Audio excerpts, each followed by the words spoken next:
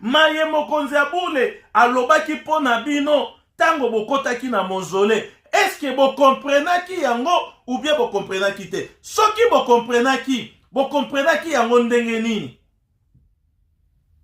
Soki maye mokonzi ya bule alobaki mpo na biso bana ya koreki avant tokota na mozole ou bien après tokota na mozole, soki tokomprenaki posa ya papa mpo na biso bana ya koreki, papa alobi to bandeli ya zero e asengi na bandeko na biso ya koreki biso nyonso tozala na nkamba. E enfin papa alobi na kokotisa bino na mozole e biso tokomprendre yango ete lokola to bandeli ya zero pardon, posa ya papa ezalaki azongisela bino eloko oyo bana na biso bandeko na biso bamama na biso ya koreki bazalaki na yango, parce que toyebi ya solo ete bandeko na biso ya koreki bazalaka makasi mingi na mabondeli.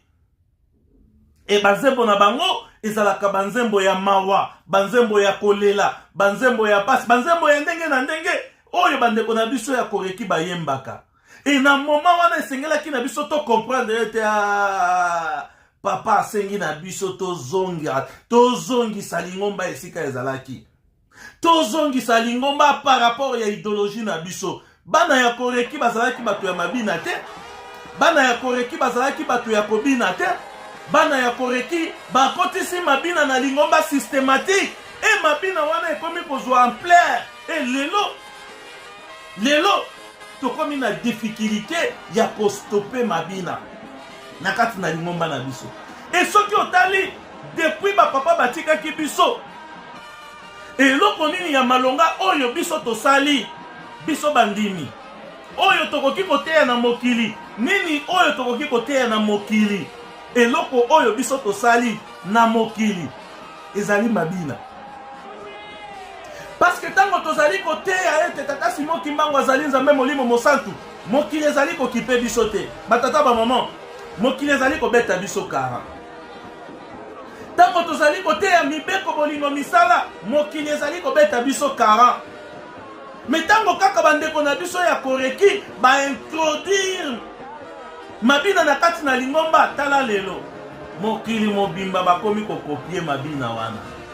E lelo ekomi lokola danse oyo euti epai ya bakimbangiste, mabina oyo euti epai ya bakimbangiste, référence ya bato wana nyonso na oyo bango bazali kokotisa na kati na lingomba ezali ni oyo ezali danse ya bakimbangiste. E eloko bapapa batikelaki biso ezalaki boye, tango tozalaki kosala yango mokili ezalaki kokopie yango te. E biso mpe tomikotisi na sentiment ya komona ete lokola mokili basepeli na oyo tika biso tokangama na yango, oyo bapapa bapesaki biso tobwakisi yango e tosepeli na mabina, parce que tomoni ete mokili basepeli na mabina wana. Botiela biso ba video yango ya mabina wana pe bandeko na biso bakolanda biso bamona mokili esepeli na mabina wana. E biso tosepeli tolobi ya solo ete lokola mokili esepeli na mabina, e biso pe to ameliore yango ekoma lokola invention na biso na kati na lingomba. Papa alobi tosala ba recherche, alobaki tosala ba recherche ya mabina te. Papa alobi tosala ba recherche, alobaki tosala ba recherche ya koluka mabina nini tokoki ko fashioner yango na kati na lingomba po mokili eba kopie te. Papa alobaki tosala ba recherche po tobima ba savant. Ndeko na biso wabelajo na nzela ya mabondeli toyebi écriture mandombe 2 na 5 ou bien 5 na 2, lelo oyo écriture mandombe ezwami na nzela ya mabondeli. Écriture mandombe ezali ko se développer toujours na nzela ya mabondeli. E biso bana ya koreki papa atikelaki biso mabondeli po ete kati na biso ba savant babima.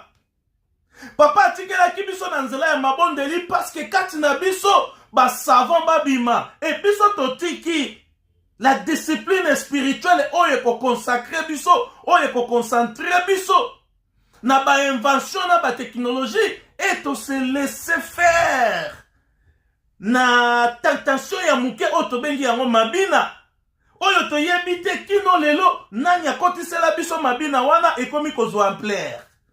Lelo mabina elongwe na bana ya koreki, ekoti na ba musicien, ekoti na ba flûtiste, ekoti na jeteki, ekoti na ba mouvement nyonso, ekoti na ba nganga nzambe, même ba pasteur. Tokomi kobina. Danse oyo euti wapi. Mingi ba oloba non, wana ezali juke. Ah bon? Et totala sikoyo lolenge ya juke oyo, après 10 ans, après 20 ans, est-ce que luketo ekoningana te? Lolenge ya juke oyo, après 20 ans, est-ce que luketo ekoningana te? Tango luketo ekoningana. Est-ce que tokobenga yango kaka juke? Est-ce que tokobenga yango kaka défilé? Batata ba maman, tokokoma na esika oyo, bandeko na biso, ya groupe de, ya l'église de réveil balobaka mabina ya uta na lola. Ndenge tozali kokende. Yango, batata ba maman, tokoleka na parti oyo. Tokosenga na bakonzi ya koreki. Bozwe la biso ba mesure moko ferme. Pona ko stopper makambu oyo. Bozwe la biso ba mesure ferme. Pona ko stopper makambu oyo. Parce que, na ba réflexion spirituelle na biso, tozali ko constater yango ete lingomba ezali ko courir na ba difficulté ebele, surtout na côté ya évangélisation. Parce que évangélisation ezali base. Et okomona yango ete mabine ezali ko binama liboso ya banganga nzambe, interpellation ezali te, ba sanction ezali te. Okomona yango ete banganga nzambe bango moko pe bazali ko bina, interpellation ezali te, sanction ezali te. Et biso bandimi Tomi kotisipe na kati ya mabina yango tokomi komona yango ete oui, ça fait la forme. Ils ont pesa moi forme. Ils ont ça la moi bien. Batu ya libanda bazo copier. Côté wana batata ba maman ba dekona biso ya koreki. To lite na ba danse oyo. Biso tozali ko benga yango défilé te. Tozali ko benga yango ba danse. Tozali ko benga yango mabina. Parce que soki ozwi ba danse oyo na mabina oyo otie miziki ya mokili ekobalana. Ekobalana batata ba maman.